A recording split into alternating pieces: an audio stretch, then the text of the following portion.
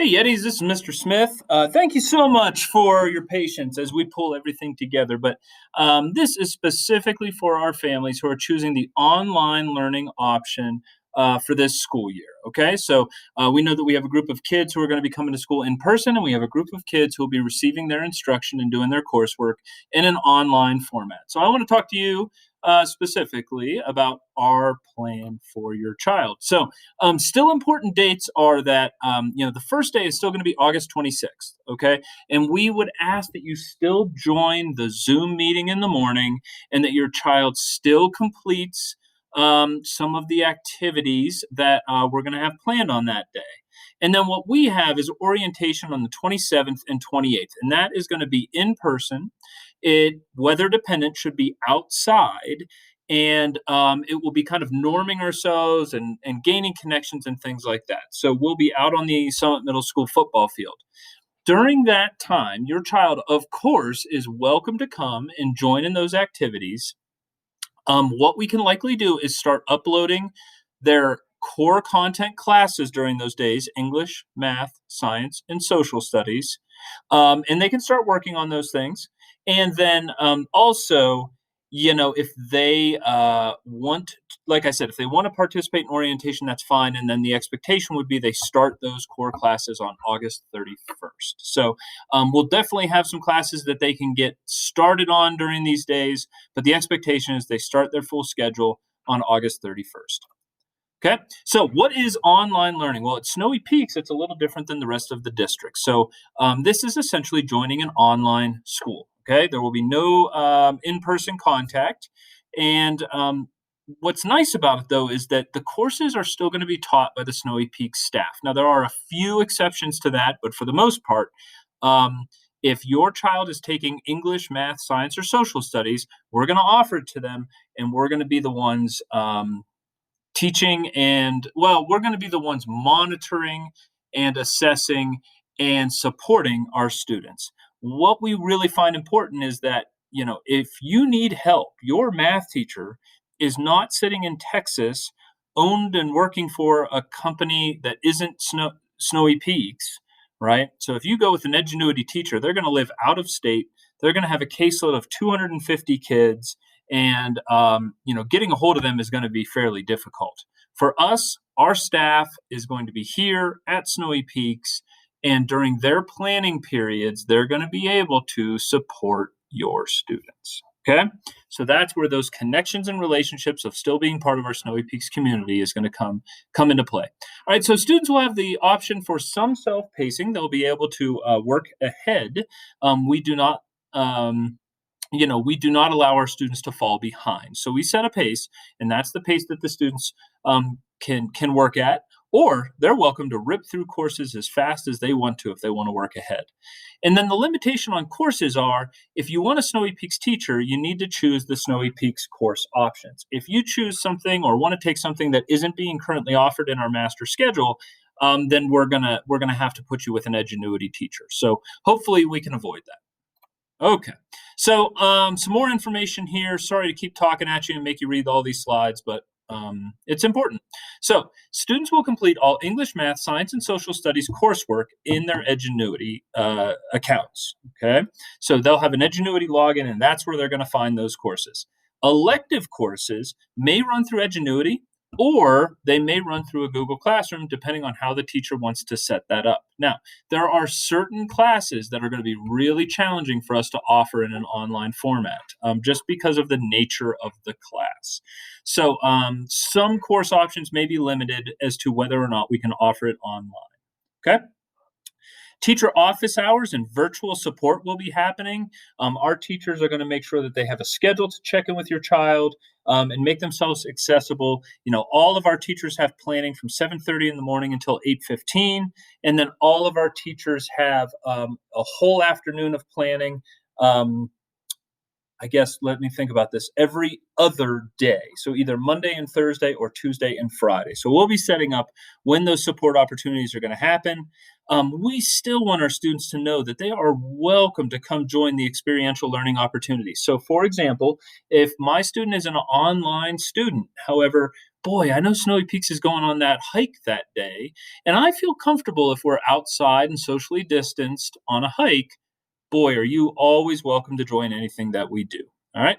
And so, what we know is we talked about being able to fluidly move from in person learning into online learning if our situation deems it necessary. I want to make sure you hear me say we are setting up a system so that your child can fluidly transfer from online learning to in person learning if so desired.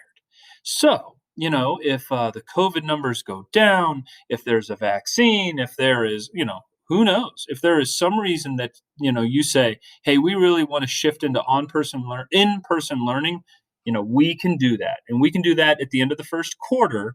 And then if you want to do it outside of the first quarter, or at any quarter break, I guess I should say.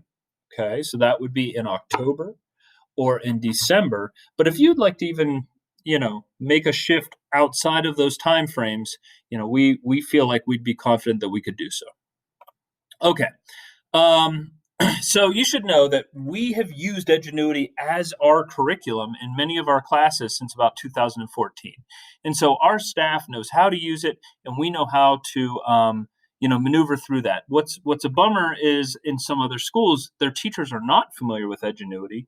And so because the teacher is teaching out of one textbook, and then they would have to learn the Edgenuity curriculum as well, the students who are in Edgenuity classes can't go to the Summit High School or the other staff of that school with questions.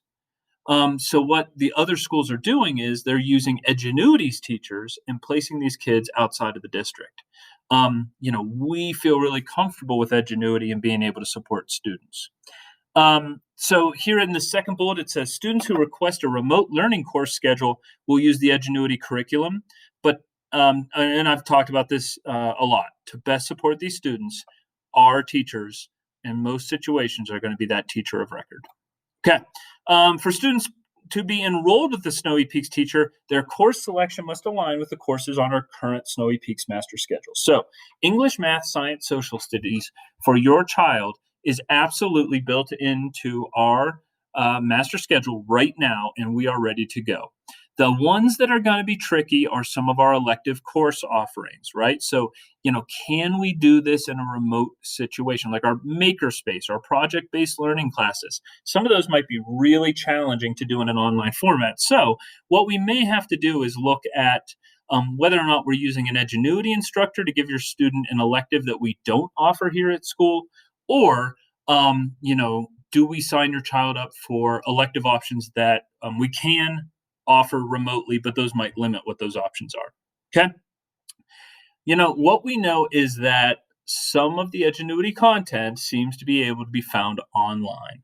And so, what we may end up doing is having assessments proctored by Snowy Peaks teachers. All right. So, if there's a big test or whatever, we may have your student turn their camera on, or have a remote proctor. We have this app called Blocksy where we can turn it on and work with our students or see our student screen as they're working. But we certainly trust our students. We don't want to have to use those, but we reserve the right to proctor tests if we need to. Okay, last, course scheduling. So what we're doing is we are scheduling your child into the next course in their scope and sequence of their schooling. So if your child last year had pre-algebra, we're just going to schedule them into algebra, and we'll load that algebra course into Edgenuity. If last year your child had world literature and the next course is American literature, we're just going to load them into American literature, and that will exist in Edgenuity. Okay. However, if you look at your courses in Edgenuity, whenever we get you that login and stuff, and you would feel like you need something different, or if you want something different, please contact me, Mr. Smith, or our counselor, Miss Jen. Okay. And I talked about this already as well. Some electives may not be available online, so we'll do our best to meet your elective course requests. Please remember I sent out a form to fill out to give us your top elective requests. We're going to do our best to meet those requests. Okay. All right. So our grading is going to transfer like this, right? You might be very familiar with the standards based grading reporting system like this, where you get a 4, a 3.5, a 3, a 2.5. Us old school folk remember percentages, and we remember percentages as a 90 to 100 was an A, an 80 to an 89 was a B. All right. So this is how your child's scores in Edgenuity, which uses a percentage, will transfer into a standards based or a proficiency scale score. All right. Okay. Now, what I think is going to be important is for me to fix my typo up there. Sorry about that. But what also is going to be important is that your child has a schedule. What we have seen for online students is they are not most successful whenever they just say, well, I'll just get on at some point and do my work. All right. The routine and the schedule is extremely important for students to see success. So, what I'm posting here is this is the in person bell schedule. And it's not a bad thing to follow if your child is doing their first hour class and there's actually a group of students right at that same time meeting in the classroom to do that exact same content. So you could say, hey, my students' classes are periods 1, 2, 3, 4, 6, and 7. And that's when my child's going to do that work. All right. What I also know if I look at this is, boy, that's a long day on a computer, isn't it? Right. My kid's going to get on the computer at 8:15, they get off at 3:10. Woo. And now, granted, they'll have a 2-hour break in there because these classes will not be online, but that's still a long day, right? So you could choose to do this schedule. You obviously could choose to do a schedule of your own and put it together of whatever's going to work best for your family. I tell the funny story of I had a student years ago who used to do his British literature work for me in my class at like 3 in the morning, and I'd see him logged on to Edgenuity and get his his report, and he'd be doing his work at 3 in the morning. It's like, man, what are you doing? He'd say, Smith, I'm killing it. That's when I work best. And I didn't believe him until he came out and scored nearly perfect on the ACT in English. And I was like, all right, man, I guess it works for you. So feel free to put together your schedule. But what I can't stress enough is have a schedule. This is a suggested remote bell schedule that I pulled together just kind of off the top of my head that, you know what? Here's what I might use if my daughters were doing remote learning, right? So at 8:15, they're doing some check-in. What do I need to do today? What goals do I have? How am I feeling today? I'm going to check my email that maybe my teacher has emailed me or I emailed a teacher and I'm looking for a response. I'm going to do all that setup work from 8:15 to 9 o'clock, right? And then at 9 o'clock, I'm going to sit down and I'm going to start doing my work. So from 9 to 10:10, I'm going to do period 1. 10:15 to 11:25, I'm going to do period 2. Then I'm going to go outside and I am going to take a break and I'm going to go for a walk or I'm going to go for a hike. Or I'm going to go play with my dog or whatever it is that I don't use any technology and I go do something that's good for me. Then from 12 to 1, I'm going to eat lunch. And then from 1:10 to 2:20, I'm going to hit my last period of the day. At 2:20, I'll make sure I reflect on my day, make sure that I met my goals, and that I communicate with and email my teachers. And then I call it a day, right? So that's a really different schedule than what I just showed you than the in person schedule, where a student might start at 9 in the morning online, work to 11:25, take a break from 11:25 until 1, and then come back and hit their last class. So again, you have a number of different options and how you can schedule this out, but this is that option that might look a little different that um, maybe isn't so sit in front of a computer screen intensive. Okay. Other information. If you're worried about lunch, know that district is setting up a plan so they can provide lunch to online students, and they'll be at designated pickup areas.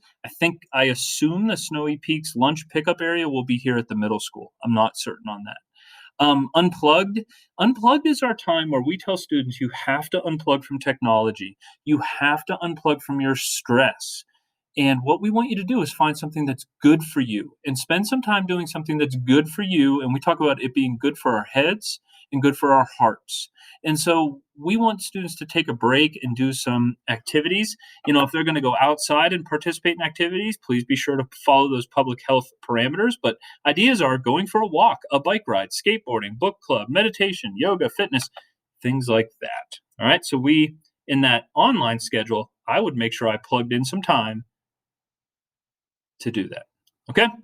And then PE versus health class. Online students will be offered health class instead of physical education. Okay. It is a curriculum, they can work through it, and it is an edgenuity. So we'll encourage our students to participate in healthy activities during their unplugged time. Okay. I think this is a really challenging and unprecedented time. And what we know is that many families have chosen the remote learning option because, man, I just don't know how I feel about going back into school yet. And what I'd stress to you is if you are feeling that anxiety or that worry, or you just need to talk or just need to run things through somebody, this is our counselor's email and her office and cell phone number. And she wants me to make sure that you know that she is available both to our students and our parent community. And if there's anything she can do to support you, please know that she would welcome the opportunity to help.